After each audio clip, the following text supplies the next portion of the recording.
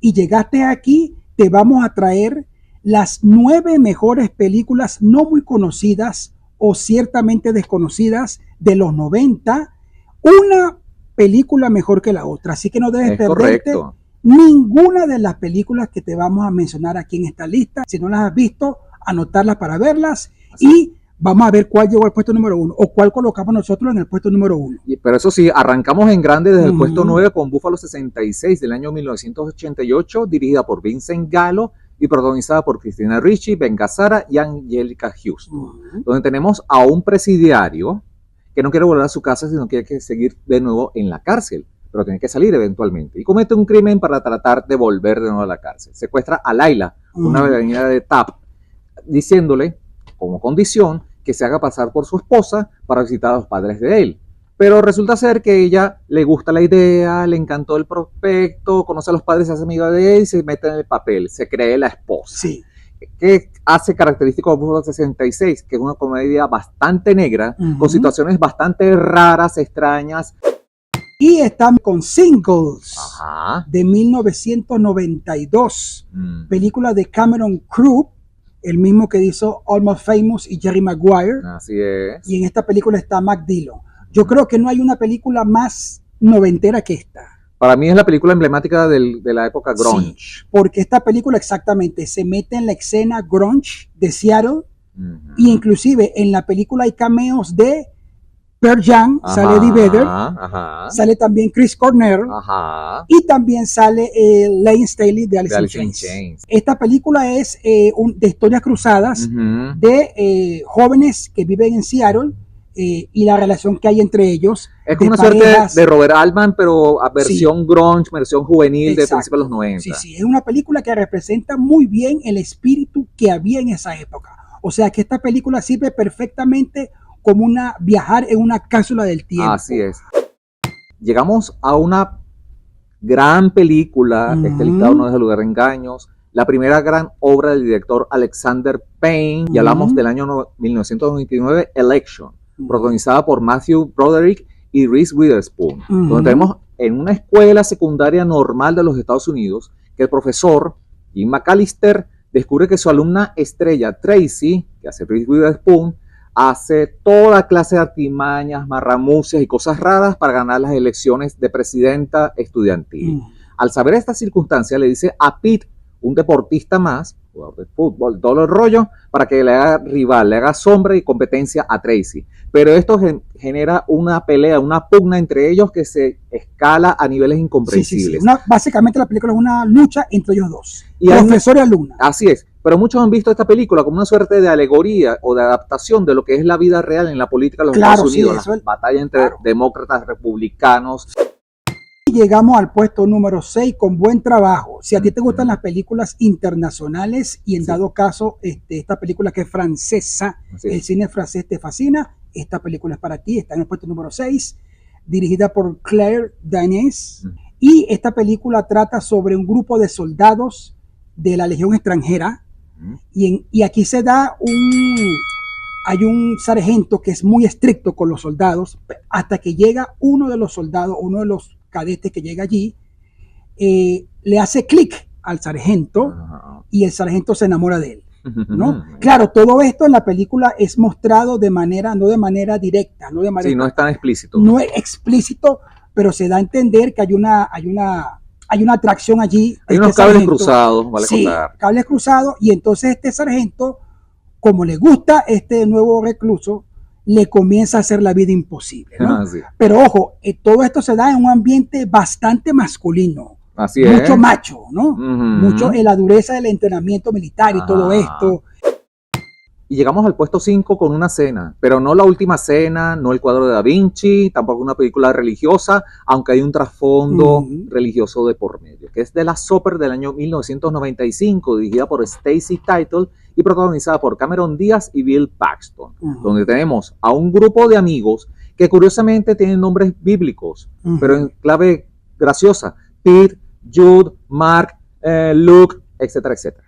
Este grupo de amigos invita a personas que no piensan igual que ellos a cenar, Pero cuando descubren que sus pensamientos son muy radicales y se oponen demasiado a sus creencias políticas o religiosas, los despachan. Lo asesinan, sí. Los asesinan. Hasta que llega un momento, en una de estas tantas cenas, que el invitado los pone a reflexionar, a dudar. O sea, ¿en verdad me estoy creyendo esto? ¿De verdad creo que yo estoy pensando? Es decir, algo extraño. Es una comedia bastante oscura. No, pero el invitado los hace inclusive dudar a ellos mismos, entran en conflicto precisamente, ellos, si lo asesinan o no. Claro, porque desde el planteamiento, sí, tienes razón, pero a la vez no tienes razón. Es decir, claro, ¿qué pesa más?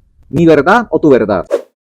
Y llegamos al puesto número 4 y ahora traemos para ti una película juvenil. Así es. Juvenil. Yo diría que es una especie de Pulp Fiction juvenil. Sí, sí, es verdad. Go, de 1999, dirigida por Doug Lichtman. Esta película es también de historias cruzadas, pero de jóvenes. Y aquí vamos a ver, por ejemplo, a una muchacha que trabaja en un supermercado y ella vende drogas. Se lleva a su amiga, ella se mete en un problema porque las drogas que le dio a su traficante eran pastillas, no son drogas de verdad. Y el personaje de Katie Hall, que hace la amiga de ella, tiene que quedarse allí como secuestrada a cambio de que ella le traiga las drogas de verdad. Se dan otras historias aquí también paralelas, muy divertidas con la película, pero la película yo creo que es bastante entretenida. Es una película, digamos, que va a lo concreto y tiene está muy influenciada por Quentin Tarantino.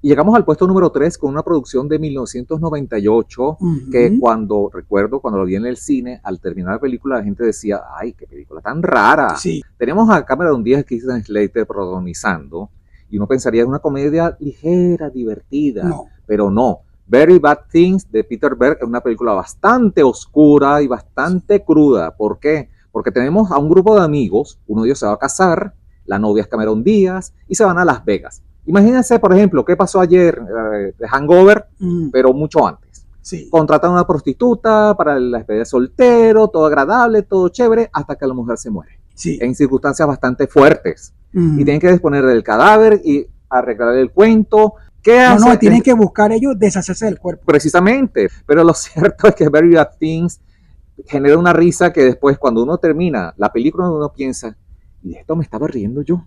Sí. Tan extraña es que uno sale así, con esa reacción, un gran signo de interrogación en la mente. Y llegamos al puesto número 2, ya estamos casi cerca del puesto número 1. ¿Cuál será el puesto número 1? Ya lo verán. Espérense ahí, no se desesperen. Pero mientras tanto vamos a hablar de Happiness. De cosas felices, aunque la película no sea precisamente muy feliz, que digamos. De 1998, dirigida por Todd Solondz. Y esta es una película de historias cruzadas. Y entre ellas está, por ejemplo, una protagonizada por Philip Seymour Hoffman y Lara Flynn Boyle, donde el personaje de Philip Seymour Hoffman está enamorado de Lara Flynn Boyle, pero este amor no es correspondido. ¿A cuántos nos ha pasado eso? Sí, sí, porque él hace un personaje muy tímido, muy reservado, ¿no? Exacto. Y otra también de las historias tiene que ver, que es la más fuerte de la película, Así es. Tiene que ver con un hombre de familia, esto es importante, un hombre de familia que siente atracción por los niños. Y llega inclusive a cometer un delito y todo esto. Y esto es reflejado en la película. O sea que la película trata problemáticas de aquella época, de aquellos años de los 90, que todavía están en vigencia. Con todo y lo contradictorio del título. Y no les caímos a engaños. No. Porque la película número 1 de este ranking es ni más ni menos que Shallow Grave, o como se llamó en algunas partes, Tumba al ras de la tierra, de 1994, creada por un cuarteto de genios. En la dirección, Danny Boyle. En el guión, John Hodge. En la producción, Andrew McDonald. Y protagonizada por Kerry Fox, Christopher Eccleston y ni más ni menos que Ewan McGregor. Antes de Trainspotting, y ese mismo equipo hizo después Trainspotting. ¿De qué va? Tenemos 3 amigos que quieren contratar a un inquilino para compartir los gastos. En una entrevista que es más rara que el carrizo, que hasta da gracia, llega uno que es el inquilino ideal, tiene una maleta y quiere la habitación. Hasta el día siguiente aparece muerto.